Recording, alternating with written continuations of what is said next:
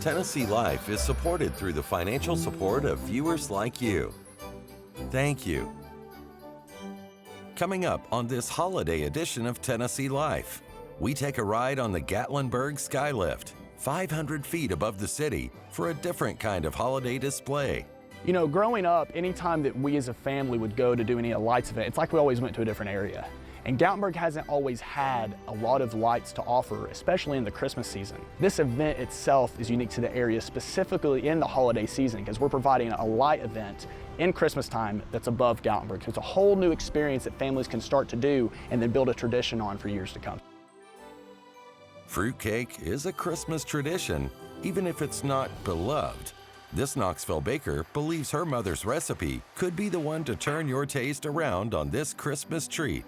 Probably 95% of the people who I talk to about fruitcake will say, oh, I don't like fruitcake. No, no thanks, I don't like fruitcake.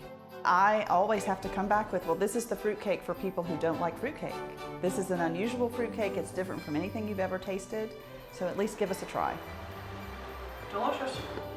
On Dasher, on Dancer, on Prancer, on Vixen. Santa's not the only one with reindeer. This Rocky Hill man shows off his hillside herd. Well, on regular deer, which we have some around here, and they're wild. You can't catch them or anything. And then these guys, they're domesticated and they hang out all the time and you can have fun with them. And that's a huge difference. If they are, then it's not really a problem. These guys are, I mean, they're super to deal with. Those stories next on Tennessee Life. Thanks for joining us for this holiday edition of Tennessee Life. I'm Vicki Lawson. Gatlinburg has long been a destination for holiday festivities, attracting visitors from around the globe. The Watson family, who have operated the Gatlinburg Skylift Park for 3 generations, know how meaningful these trips are for their guests. The Skylift has been around Gatlinburg for a very long time. It's actually the longest running attraction in Gatlinburg. It opened up in 1954. So if my math is right, I believe we're in the 67th year of operation, and the yellow chairs have become an iconic piece of Gatlinburg. And you know, families would bring their kids to get their photo at the top of the mountain, and then when they become adults, they bring their kids, and that's just a tradition that I can resonate with as well, because I've brought friends and family up here too throughout the years, and it's really become a staple in downtown Gatlinburg, not just for the tourism community, but just for the local community as well.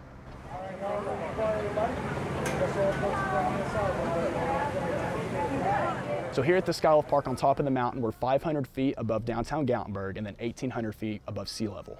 It was the first scenic chairlift ever built in the South. And so not only in Gatlinburg it was unique, but in the area itself it was unique. And I think one of the most beautiful parts about it is that when you get to the top of the mountain, you're 500 feet above Gatlinburg and you see the beautiful panoramic views of the Smokies. And that's what makes Gatlinburg what it is. The reason Gatlinburg has flourished over the years is because of the beautiful Smoky Mountains that we have at our doorstep.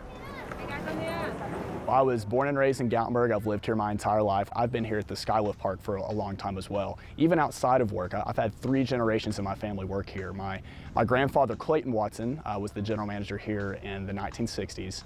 And the current general manager here, Randy Watson, my father, has been here for 44 years. And I've worked in this role on and off for the past 10 years or so between high school and college. But it's not only deeply rooted in the community here in Gatlinburg, but just my connection to this place at the Skylift Park as a whole has been something that I cherish. For over 60 years, the Skylift was, the unique attraction that we offered here at the Skylift Park. In 2016, there were some wildfires that swept through Gatlinburg, and it actually burned down the entirety of our attraction, with the exception of the ticket booth at the bottom of the mountain. So it was a very hard time for the area, but the community as a whole banded together, and the Skylift Park as a whole banded together. And so in May of 2017, we reopened a brand new chairlift, started offering round-trip rides, the same thing we've always done on top of the mountain. And then in May of 2019, we opened up the brand new Gatlinburg Skybridge to enhance the beautiful views of the Smoky Mountains.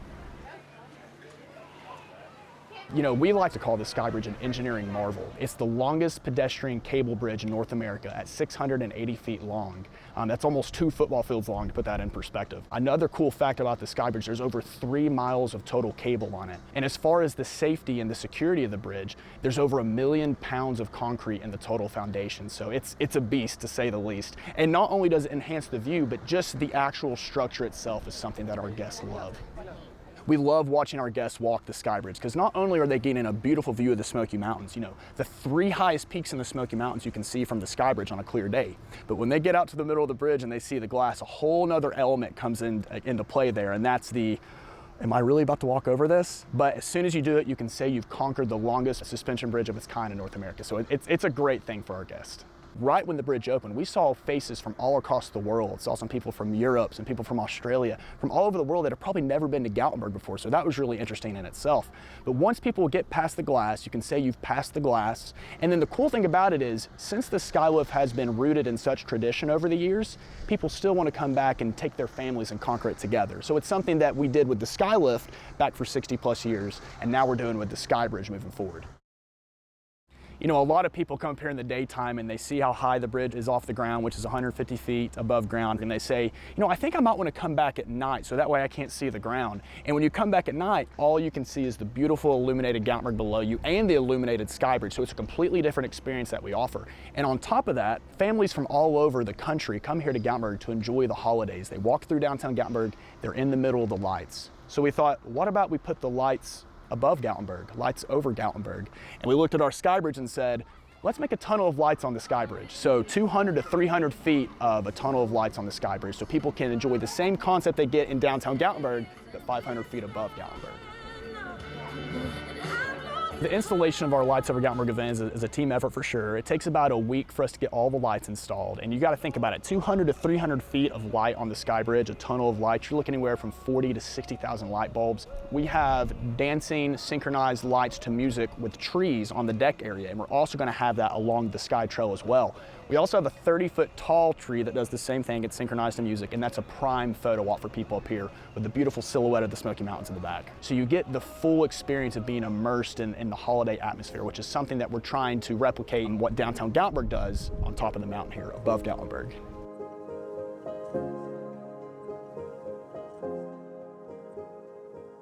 You know, growing up, anytime that we as a family would go to do any lights event, it's like we always went to a different area. And Gatlinburg hasn't always had a lot of lights to offer, especially in the Christmas season. This event itself is unique to the area, specifically in the holiday season, because we're providing a light event in Christmas time that's above Gatlinburg. So it's a whole new experience that families can start to do and then build a tradition on for years to come. You know, growing up in Gatlinburg, I do have some fond childhood memories of the wintertime and being with my family. You know, all of my family lives in this area, and so going to the different, you know, family events that we have in Gatlinburg, walking up downtown Gatlinburg at night, experiencing the lights, a lot of that too is what inspired this event here. Take that same effect of walking with your family in the lights in downtown, but putting it on top of the mountain to experience even better views. So that's part of my childhood memories that kind of influenced this event as well. Our Lights Over Gatlinburg event is something that we look forward to as being team members here, but also our guests look forward to. But there's so much to do not only in Gatlinburg, but at the Skylift Park throughout the year with every season. So as the seasons go along, we also have plans for expansion here in the future. So the cool thing about East Tennessee and Gatlinburg in general is it's seasonal, and there's something cool that can be experienced in every season. So in the wintertime, we do get some snow every now and then. And when it snows up here next to the bridge, you see snow falling in front of the face of the Smoky Mountains. It's a whole new experience that we want other people to experience as well. If there's too much snow on the bridge, we don't want people to get on it because we value safety more than anything. But if it's a light snow, we have our fire pit going. You can sit with your family, enjoy the views, get some coffee, and just enjoy the winter season on top of the mountain here at the Skylift Park. Being on top of the mountain in wide open spaces, it's almost a sense of freedom, especially everything that we've been through over the course of a year and a half, 2 years. Coming up here at the top of the mountain, enjoying the beautiful outdoors, the wide open spaces, the fresh air, it's something that we're encouraging everyone to come check out. but we also have 47 additional acres that we haven't even touched yet for expansion. So over the course of 3 to 5 years, you're going to see very similar attractions up here that enhance the view of the Smoky Mountains, but are also unique to this area. So we are so super excited to be able to unveil that to our guests as the years go along. Gatlinburg has really changed over the years. It was very seasonal in a period of time, and over the years it seems to get busier and busier and busier, which is a great thing for us. We love to see the new faces. And so how I've perceived the Skywolf Park in Gatlinburg as a whole is a very close-knit, small community. So no matter how big it gets, I always see it like that. But what's really interesting is as we've built the Sky Bridge and as it's gained international exposure even, I'm starting to understand that we're a part of something really special here. That you can have something small and close-knit in a local community, but it can also reach people, in the masses. And to know that I'm a part of that 3 generations in here at the Skywolf Park, but also part of this great community in Gatlinburg is something that it's great, it's awesome.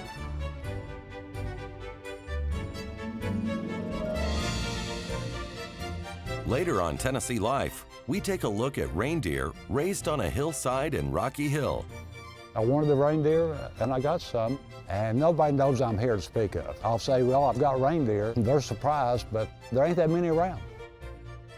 But next, the fruitcakes are ready, and the woman behind the recipe says it's like no other you've ever tasted. From the earliest Roman recipes, fruitcakes have been served at weddings and at Christmas. Carden Bradley grew up loving fruitcakes and turned her mother's secret recipe into a holiday business. There's a lot of effort and a lot of love that goes into these fruitcakes. Probably 95% of the people who I talk to about fruitcake will say, oh, I don't like fruitcake. No, thanks, I don't like fruitcake. I always have to come back with, well, this is the fruitcake for people who don't like fruitcake. This is an unusual fruitcake. It's different from anything you've ever tasted, so at least give us a try. Delicious. I'm Carden Bradley, and my business is The Lovely Crumb. We are the home of Jane's famous fruitcake. My mother is Jane, and this is her fruitcake. My mother was raised in a small farming community in South Georgia, and all the women in the family were wonderful cooks. There was, you only ate at home and you only ate homemade food. And both of her grandmothers had the traditional, conventional fruitcakes that they made every holiday, and my mother just did not like them. She was among the population of people who did not enjoy that alcohol-soaked, dried, pantry staple. And she was a little Betty Crocker type. She worked in the kitchen and played in the kitchen and always was fooling around with recipes. And so she felt like there had to be a way to make a fruitcake that everyone would like. And so she set about tweaking the recipe and adding in and taking away until she came up with a recipe that she really enjoyed. And then she started baking it and sharing it over 60 years ago. So it's something she created and she's made it her whole life and continues to make it today. She's still cooking in the kitchen at 80.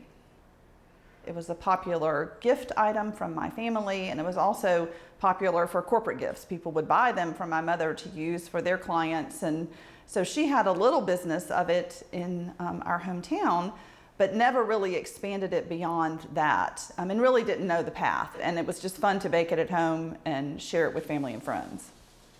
She has kept the recipe a secret from everyone for all these years. She's had lots of friends who've offered to come help her bake and help her do the fruitcakes, and she has always said, no thanks, I've got it. So I didn't even know the fruitcake recipe. I wasn't in the kitchen baking with her growing up. She did all of this herself. And when she finally shared the recipe with me, it was just only recently, really, in my adulthood, did I get the recipe and then started baking them myself.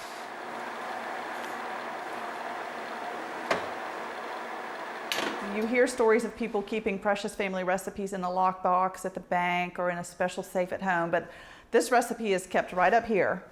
We don't have it written down anywhere.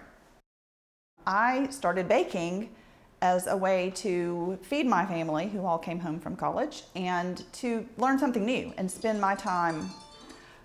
I need to check the fruitcakes.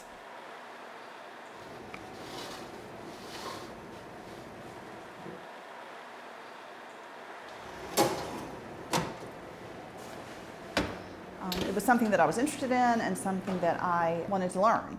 And a friend of mine in London shared a baker that was going to be baking daily tutorials on Instagram Live. And you could tune in every day and bake something wonderful. And so I started doing that. And I thought, well, maybe I'll launch an Instagram myself and share what I've been baking. So I launched The Lovely Crumb, which was my Instagram during COVID, to just share what I was baking and have some fun with, being locked down and sort of giving purpose. And that was really fun. And I baked every day. I baked something new every day. And then I started gaining some followers, and I started sharing the baked goods out the front door for friends who wanted to come by and taste some of the things that I was baking. And so that just became a hobby throughout all of 2020. And when it got close to Christmas last year, I said, Mom, we should launch the fruitcake through this. Like, this would be the way to bring the fruitcake to market. We can do a holiday market in the neighborhood and promote it on The Lovely Crumb. And this is what we should do. And so Mom came to Knoxville and helped me bake 100 fruitcakes in 2 days. And we did the Sequoia Hills Holiday Makers Market last year and sold out and gave away 400 samples all in 2 hours. I was like, well, okay, I can make this happen. It's because I thought if people would just taste it, they won't believe it. They won't believe it's fruitcake. And so that was the response. And taste it and think, oh my gosh, this is not like any fruitcake I've ever tasted, which is the goal. My minimum goal this season is to bake 1,000. So when they're gone, they're gone. And we'll see. Last year we sold like 300. So we'll see if we can triple this year. My goals for The Lovely Crumb are to build on the success of last year with Jane's Famous Fruitcake and see where that takes us. And if this business works, if the holiday fruitcake works, we may introduce other seasonal products throughout the year. So possibly a special Easter product, maybe a Valentine, maybe something for the summer. So look for things in the future. But for right now, we're focused on the Jane's Famous Fruitcake holiday expansion. My reaction to Carden when she told me that she was going to start making fruitcakes was probably a little bit of an eyebrow raise, I'll be honest, but Jane's fruitcakes are wonderful. They're nothing like anything that I've had before. A couple of years ago, our family and Carden's family didn't have big Thanksgiving plans. Her parents were going to be in town and they were going to have Thanksgiving at their house, their family unit, and my parents were going to be here and we were going to have Thanksgiving with our family unit. And we decided that we would have Thanksgiving together. So we merged the two families at Carden's house, and Jane, Carden's mother, had brought fruitcake. There was a little bit of coaxing that Carden had to do to get all of us to taste it. I have a sweet tooth, so I'm pretty game to taste anything that you tell me is sweet, so I was easy. But the rest of my family was, you had to persuade everybody to taste it. But amazingly enough, even the pickiest eaters in my family loved it, so we were fans right off the bat. And we all tried it, not knowing that it was going to be a business very shortly thereafter, but we all enjoyed it, and of course asked for the recipe, which they will not share because it is a long-standing family secret, and I appreciate that. I love a good family recipe that is passed from generation to generation, and now Jane is passing it to Carden, and Carden, I'm sure, will pass it to her children. Jane's Famous Fruitcake has definitely become something that we have at our table for Thanksgiving and for Christmas, and will continue to have. I support her in trying to change the opinions of fruitcake eaters and fruitcake non-eaters all over. So Jane's Famous Fruitcake is a combination of fruit and nuts. There is no wheat, there are no eggs, and there is no alcohol. There's a bit of dairy, but it's mostly fruit and nuts, so you just don't have the traditional recipes. When I start baking the fruitcakes, it's about a 2.5 hour process from start to finish, from getting all the ingredients together to pulling the warm fruitcakes out of the oven. They do bake for a long time, and they then have to rest for a while. So they're not really ready to go until they're cooled and packaged, which is even several hours after that. I think Jane's Famous Fruitcake tastes fresh. It tastes, it's rich, but not in a way that is overpowering or too much of flavor. It's just got a really fresh, healthy flavor. You know, it's definitely a sweet treat for the holidays. So I can't claim that it's, you know, beneficial to your health. It might be beneficial to your mental health because it makes you feel good. We just baked in my home kitchen where we are right now for the Holiday Makers Market. But as we are expanding this year, we've had to move to a commercial space to bake, to sell retail and to sell e-commerce. And so we are in a commercial kitchen. So the fruitcakes I bake at home are now just friends and family fruitcakes that we enjoy amongst ourselves. It started out as a little hobby, and I think it's becoming a real business. I'm really filled with pride and the joy that I see in my mother from seeing this. That was her idea and her creation, and she always thought that it could be something. And so seeing it become something bigger than she imagined has been really wonderful and fun, and I'm just really proud of that. I'm proud that she and I can do this together. I love tradition. I love family traditions, and my husband and I both are family-oriented people. We are very, very close to our families. And so carrying on all traditions have been important, and this is a really special one.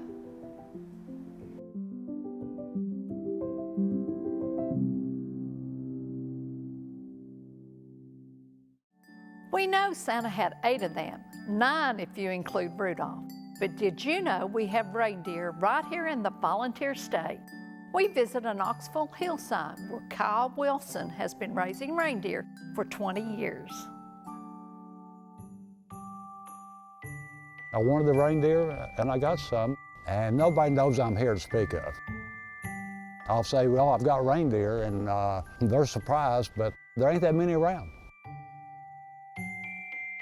I'm Kyle Wilson, this is Rocky Hill Reindeer, and this is my place. I'm from the same area right here, on the same property, matter of fact, so I've been here my whole life.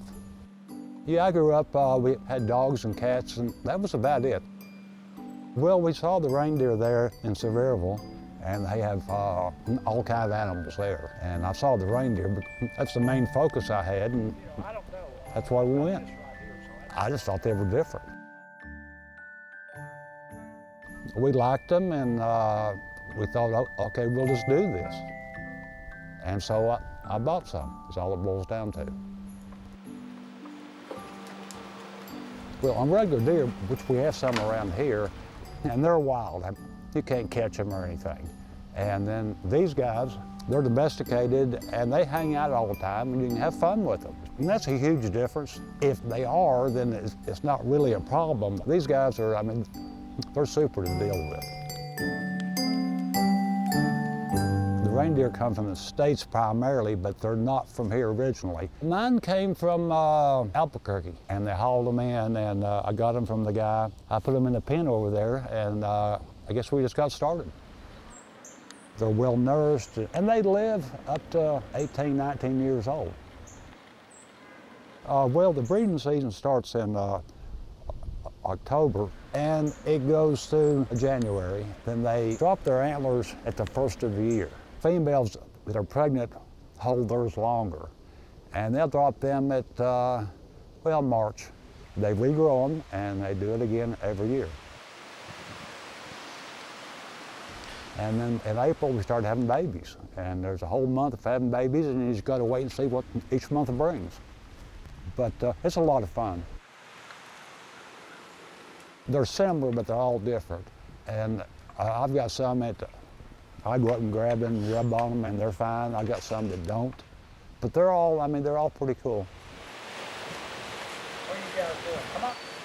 In the mornings, I'll check on them. They know that I'm going to feed them, and that's the first thing. But they get fed, and they're fine, and they eat and go on down the road. Well, I guess the holidays, that's the busy season that I ever have, and I'll drop some off. And leases, I'll drop them off for like a month. They'll stay there, and they come back. I take 2 out and a pen and set up, and we do that, you know, several times a year. We've done Gatlinburg, we've done Pigeon Forge, Johnson City, Nashville, malls, shopping centers. It goes on, and So each year is different on the schedule. They come up, they just start looking, and there's some people that they'll be there for like hours, and they can watch them and look at them and all that. It's a short window, and we do it for those 2 months, and that's about it. No, there's not that many places you'll find them, and there's only there's 3 spots in this state, and but there are not that many around.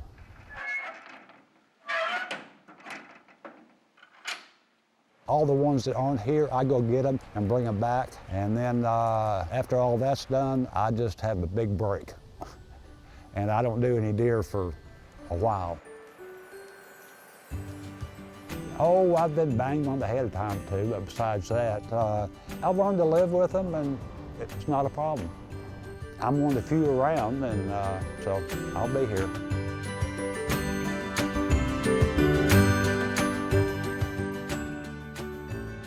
We hope you are able to get out and enjoy the Christmas season. I'm Vicki Lawson, and I wish you the happiest of holidays from all of us here at Tennessee Live.